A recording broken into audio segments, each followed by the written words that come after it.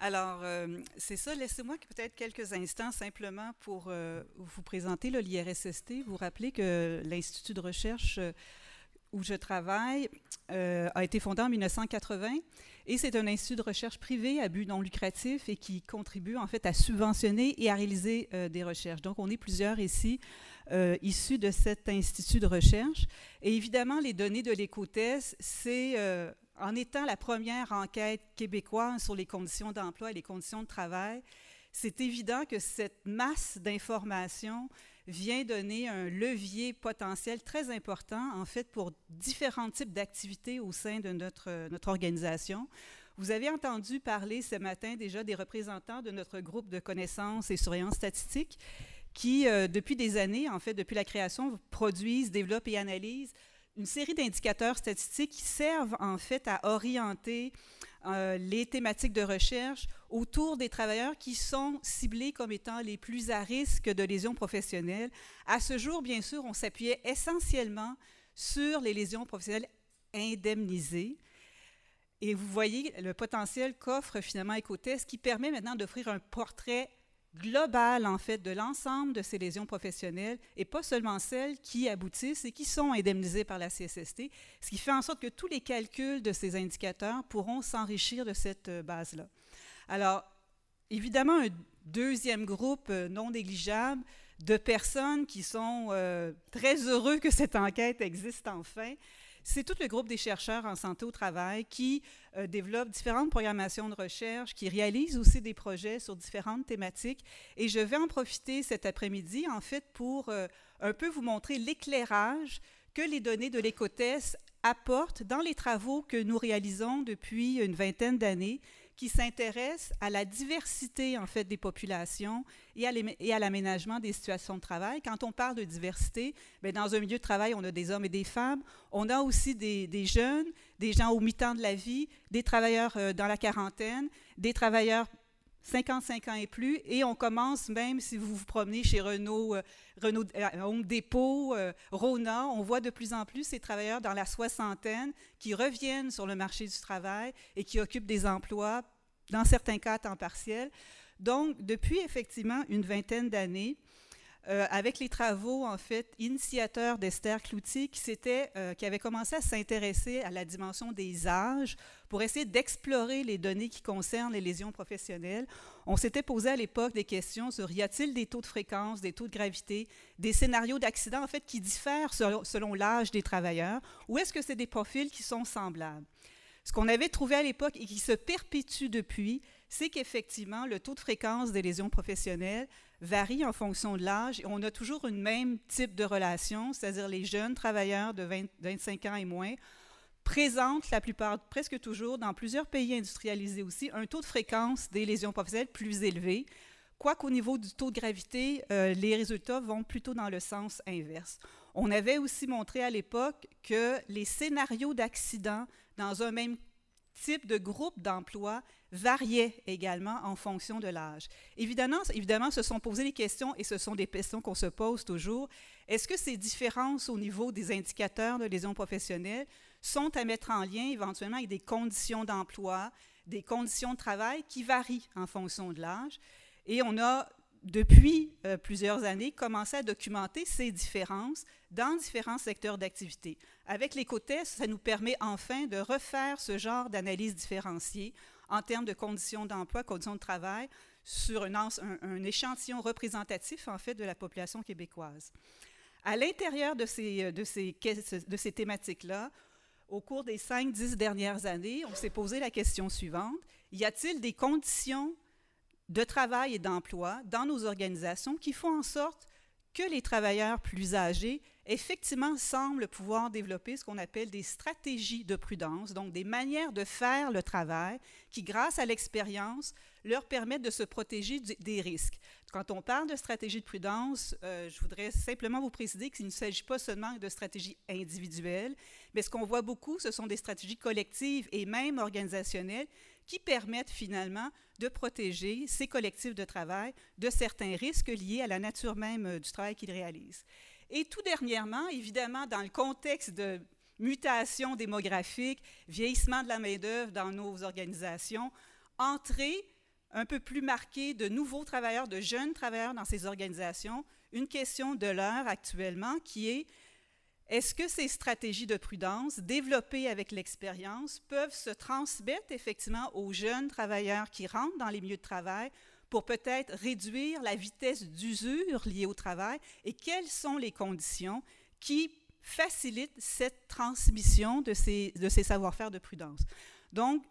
on va essayer, dans les minutes qui vont suivre, je vais essayer d'explorer chacune de ces dimensions. Qu'est-ce que nous dit, dans le fond, ou qu'est-ce que nous laisse suggérer les données de l'écotest par rapport à ces différentes thématiques quand on s'intéresse aux questions d'âge et de santé-sécurité. Donc, comme vous l'avez vu ce matin, en fait, grâce à l'écotest, on peut réaliser des analyses différenciées à l'égard donc des conditions de travail, des conditions d'emploi, concernant l'environnement psychosocial au travail, les contraintes physiques, la santé générale, les accidents et bien d'autres choses. Alors, dans l'enquête actuellement, il y a eu effectivement 4 groupes d'âge qui ont été étudiés, mais on a, pour répondre peut-être au monsieur derrière, on a des données qui concernent les 15-17 ans, les 18-24 ans, les 25-34 ans, 35-44, et là, vous voyez la suite. Donc, une répartition, selon les hommes et les femmes, de 4 grands groupes d'âge qui nous permettent de faire toute une série d'analyses. Je vous disais tout à l'heure que dans les questions de recherche qui nous préoccupent actuellement, il y a cette question des étudiants travailleurs. C'est une thématique de l'heure actuellement. Donc, nos étudiants travailleurs, vous en avez dans vos milieux de travail. Ce sont effectivement des jeunes qui souvent cumulent études à temps plein, études à temps partiel et un emploi avec un nombre d'heures travaillées qui peut varier souvent de 10, 15, 20, 25 heures par semaine. Dans l'enquête écotest, effectivement, on est capable d'extraire de cet échantillon, donc à peu près 9,3 % d'étudiants. Je veux quand même préciser ici qu'il s'agit quand même d'étudiants qui répondaient aux critères d'inclusion de l'enquête, qui étaient devoir avoir travaillé 15 heures semaine au cours des 8 dernières semaines de l'enquête. Donc, on ne parle pas de l'ensemble des étudiants du Québec, mais on va chercher des étudiants qui ont déjà un pied bien rentré dans le marché du travail tout en faisant leurs études à temps plein. Ce qu'on constate effectivement, c'est que parmi ces étudiants travailleurs qu'on retrouve dans nos organisations, on a plus de 51 % de ces jeunes qui sont aussi aux études, et parmi ces étudiants, plus de 78 % travaillent donc à temps plein, sont à temps plein aux études tout en travaillant. Il y a une différence marquée selon les hommes et les femmes où effectivement les femmes sont plus souvent aux études que les hommes dans cet échantillon-là. Une donnée peut-être qui m'a, moi, particulièrement surprise malgré l'attention qu'il faut prendre en termes d'interprétation de ces données-là, c'est le fait que vous avez quand même dans la proportion des travailleurs aux études à temps plein, des personnes qui vont cumuler plus de 30 heures semaine tout en étudiant à temps plein. Donc, ça veut dire qu'on a près de 30 % selon ce qu'on a dans l'enquête, plus de 30 % de ces hommes qui étudient donc à temps plein, qui travaillent aussi plus de 30 heures par semaine. On fait attention aux conclusions, mais ça veut dire qu'il y a quand même un phénomène qui est en croissance et qu'on sait en croissance depuis une trentaine d'années au Québec et au Canada, d'un cumul travail-études qui prend de l'ampleur.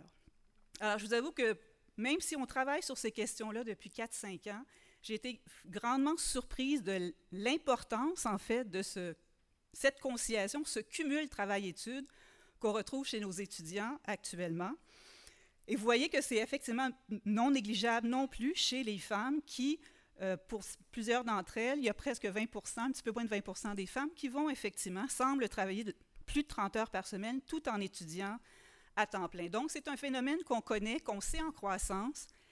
Des études terrain que nous avons réalisées dans la région du Saguenay, comme Michel vous parlait, montraient déjà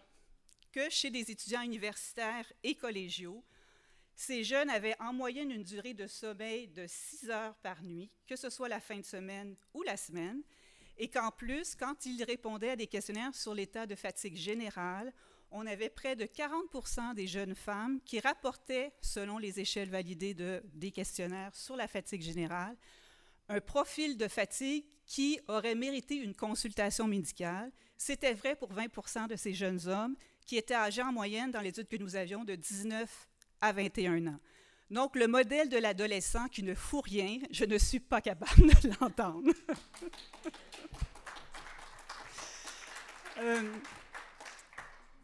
Évidemment, vous ne serez pas surpris de voir que les travailleurs, selon l'âge, vont se répartir dans des secteurs d'activité économique différents.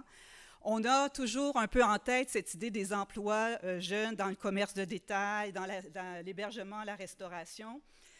Ce que je voudrais quand même souligner ici, c'est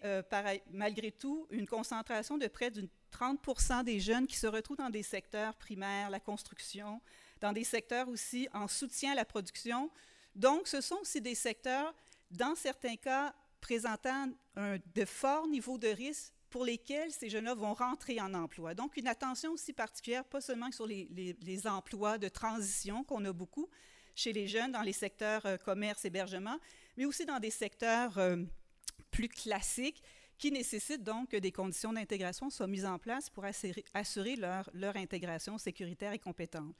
Un autre élément aussi qui m'apparaissait intéressant, c'est de voir que dans le commerce de détail, on retrouve aussi quand même une proportion non négligeable de travailleurs de plus de 55 ans. On y pense rarement,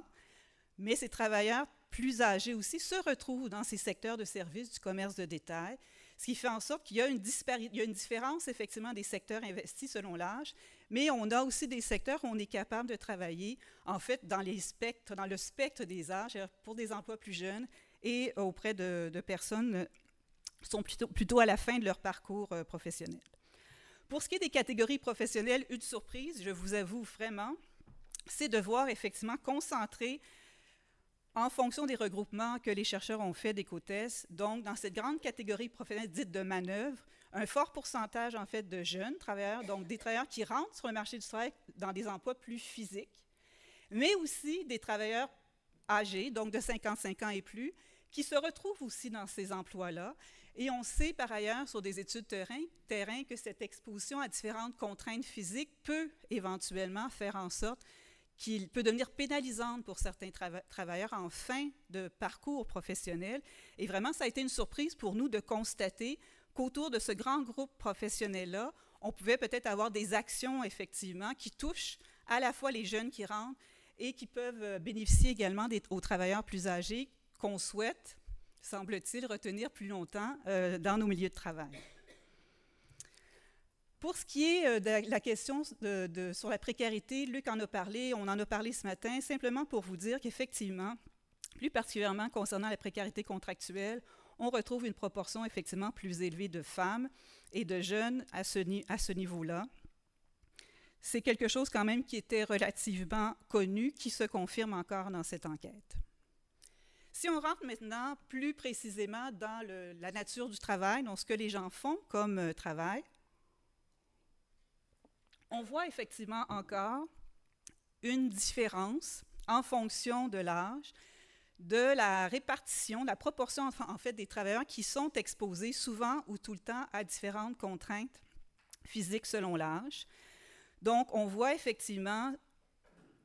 très fréquemment que les travailleurs de 15 à 24 ans vont se retrouver en proportion plus importante, par exemple, exposés à devoir travailler le dos penché,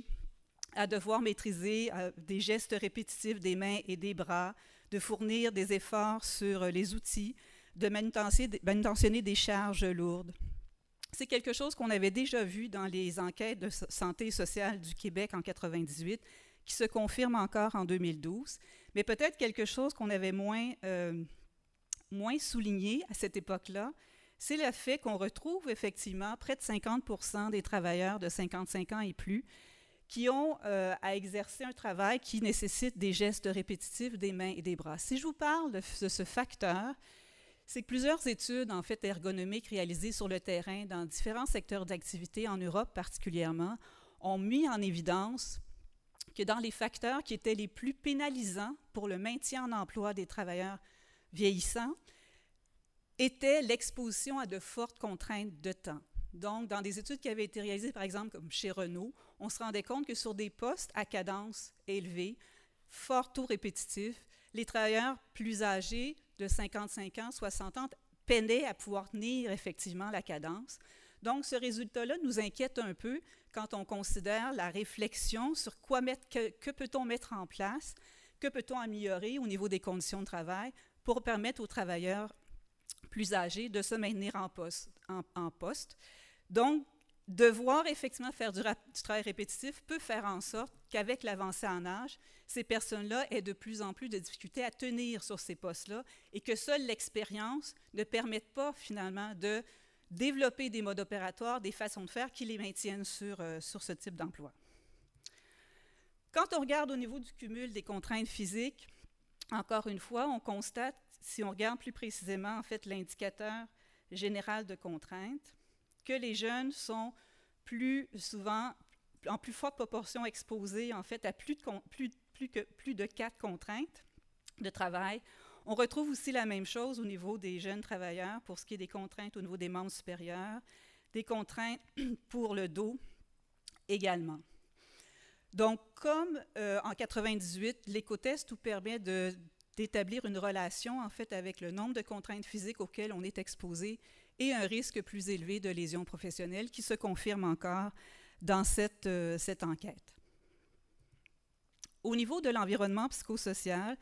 Luc en avait parlé un peu tout à l'heure. Donc, on a effectivement une différence en fonction de l'âge qui se présente dans l'enquête, surtout en fait pour les 4 premières contraintes, demande psychologique, l'attitude décisionnelle, soutien social, tension dans le travail. Donc, particulièrement, ce qui est à retenir peut-être, c'est le fait que les jeunes travailleurs, en fait, se retrouvent ou déclarent, en fait, à plus de 71% le fait de ne pas avoir de latitude décisionnelle ou d'avoir une faible latitude décisionnelle dans les emplois qu'ils occupent. Et on observe également que chez les plus âgés, une proportion substantielle, en fait, de ces travailleurs âgés qui rapportent un faible soutien social dans les organisations.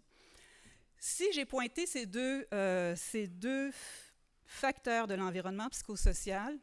c'est pour vous parler un peu des enjeux quand il est question, effectivement, de la transmission des savoirs en milieu de travail. Donc, quand on s'intéresse à la transmission des savoirs en milieu de travail, notamment des savoirs de prudence, un des éléments qui ressort comme étant un facteur favorisant cette transmission,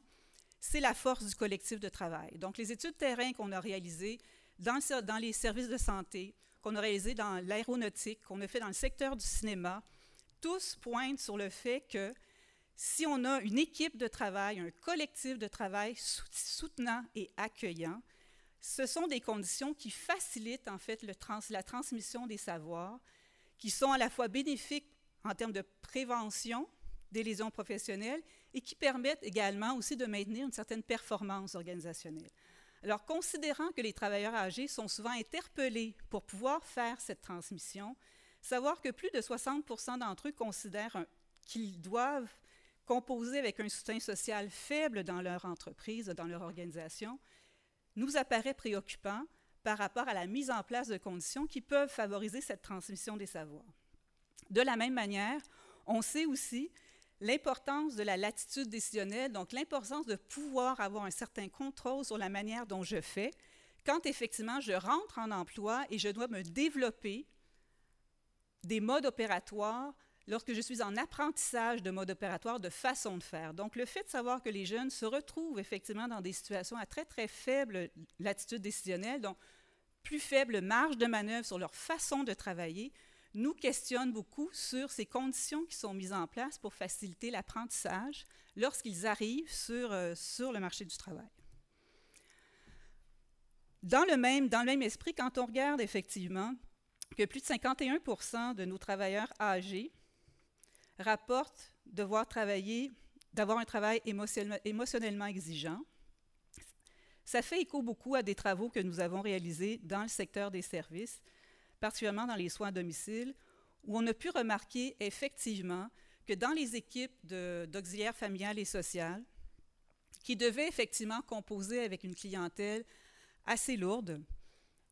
les moments propices à la transmission des savoirs étaient souvent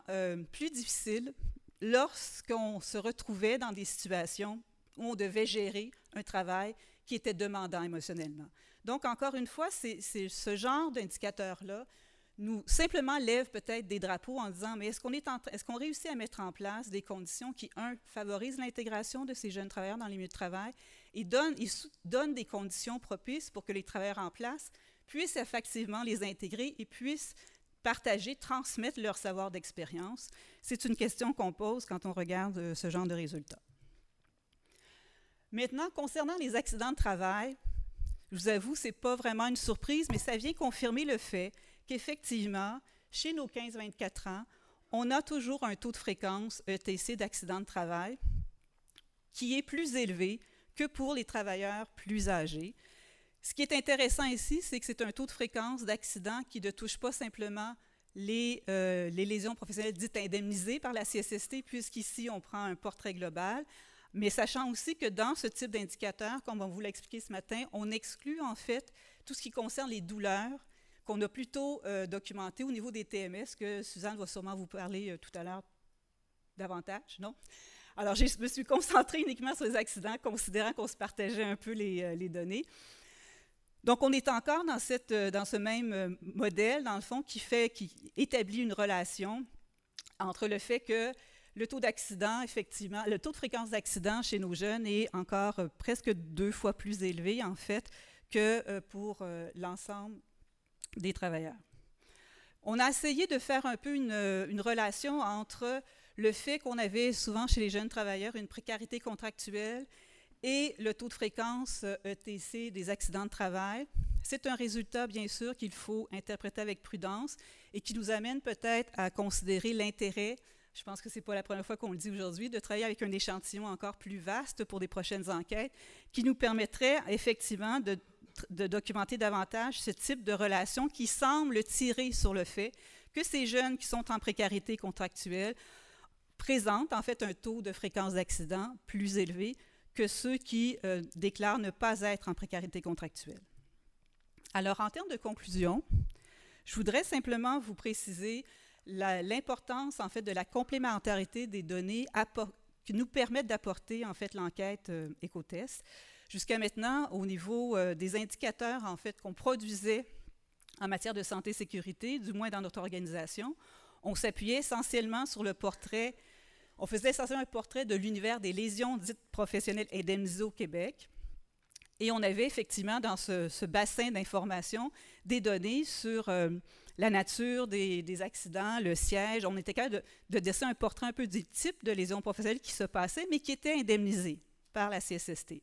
Maintenant, effectivement, l'Écotest offre la possibilité d'effectuer un portrait sur l'ensemble de ces lésions professionnelles-là et surtout de faire toute une série d'analyses bivariées, multivariées, qui nous permet d'établir des liens entre ce portrait et différentes conditions d'emploi et de travail. Et là, à ce niveau-là, l'univers est très, très vaste en termes de projets qu'on pourrait éventuellement lancer à ce niveau.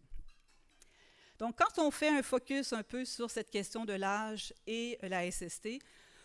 on voit que l'enquête, effectivement, nous suggère encore que les travailleurs de 24 ans et moins constituent une population plus à risque de lésions professionnelles, qu'ils sont encore une fois en 2007-2008 significativement plus exposés à des contraintes de travail physique. On soupçonne déjà que certaines conditions d'emploi vont les exposer à un plus haut risque de lésions professionnelles. C'est du moins ce qu'on regarde, ce qu'on voit poindre lorsqu'on s'intéresse aux questions de précarité contractuelle. Et ces données-là aussi nous alertent un peu sur l'importance de cet enjeu, de ce phénomène en fait social du cumul études-travail qu'on observe de plus en plus chez nos étudiants. On voit aussi que bien que l'exposition à certaines contraintes physiques particulièrement diminue avec l'âge, et je pense que c'est une bonne nouvelle, on voit quand même que les 55 ans et plus doivent composer dans certains cas avec des conditions de travail qui peuvent être pénalisantes et qui peuvent même fragiliser d'une certaine façon leur maintien en emploi. Ça veut dire aussi par contre que si cette exposition aux contraintes diminue avec l'âge, c'est que ça donne un peu l'espoir que ces personnes, grâce à leur expérience, réussissent encore à trouver des emplois qui leur permettent d'être exposés à moins de contraintes et des emplois qui leur offrent d'une certaine façon une marge de manœuvre pour pouvoir se développer des façons de faire qui puissent minimiser un peu cette exposition aux contraintes. C'est une bonne nouvelle. Bien, encore une fois, on a un fort taux de ces travailleurs plus âgés qui ont à composer avec des contraintes qui posent encore beaucoup de questions sur l'impact pour leur rétention en emploi. Enfin, quand on regarde les données concernant l'environnement psychosocial, elles nous suggèrent en fait qu'il faut vraiment poursuivre des actions à ce niveau-là pour, entre autres, créer un contexte favorable au développement des stratégies de prudence. Je vous ai expliqué tout à l'heure qu'il y avait beaucoup d'études de terrain qui démontraient comment l'organisation du travail, certaines caractéristiques de l'organisation du travail pouvaient permettre plus que d'autres à ce qui se développe ce genre de stratégie individuelle, collective ou organisationnelle de prudence qui permettent de réduire les lésions professionnelles, et aussi la mise en place de conditions qui va favoriser cette transmission des savoirs qui est aussi intéressante et importante pour les travailleurs eux-mêmes et leur santé et pour la performance organisationnelle. Merci.